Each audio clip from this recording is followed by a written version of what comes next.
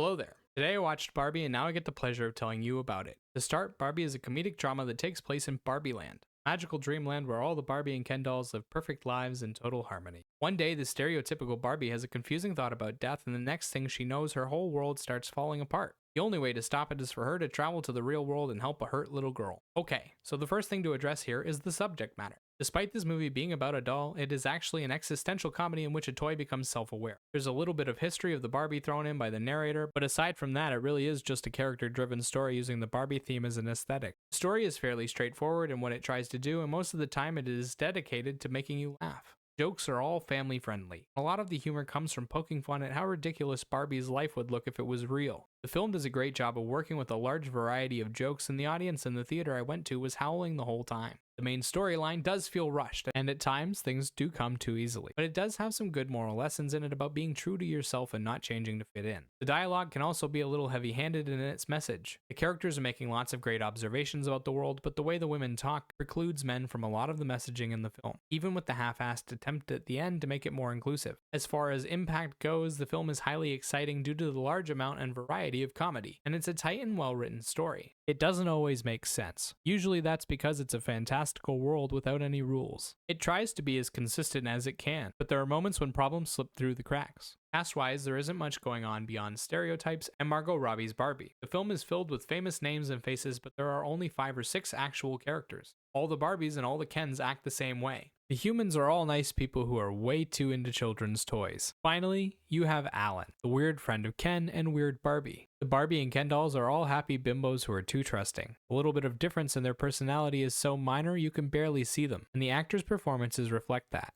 Guys like Ryan Gosling, Kingsley Ben-Adir, and Simu Liu compete to be the best version of Ken, and on the Barbie side we have actresses like Margot Robbie, Issa Rae, and Dua Lipa engaging in girl power moments where they band together and commiserate over their shared experiences. Margot Robbie is a big standout. She's funny and charming like the other Barbies, but also kind and understanding. She goes through a big range of emotions and deals with the existential dread moments with a lot of humility. She has good chemistry with the rest of the cast, but stands out during her moments with Rhea Perlman. Rhea Perlman doesn't appear for too long, but her scenes as Ruth, the designer of the Barbie, were amazing. She's like the god of the film, and the way she appears in Barbie's times of need felt like a parent showing up when you need them most. Outside of Barbie and Ken, America Ferrera is playing the mom of the human girl. Michael Cera is the awkward Alan, Helen Mirren is the witty narrator, and Will Ferrell appears to act as the goofy, lovable CEO of Mattel. Visually, this film is a simple dramatic journey with a lot of visual humor and in-depth references to Barbie products. It starts with Barbie Land, which is a giant set piece created for the film. The houses are hyper colorful, the designs are fantastical with things like a slide instead of stairs, and the scenery is filled with different Barbie accessories. From there, they do a short journey to the real world before coming back again. A good chunk of the film is comedic scenes with visual gags and great reaction shots from the different cast members. Outside of the comedy and the drama, there are also a few musical numbers that were part joke and part serious. Ken plays the guitar, Barbie and Ken do choreographed dance numbers, and there's even a dance-off.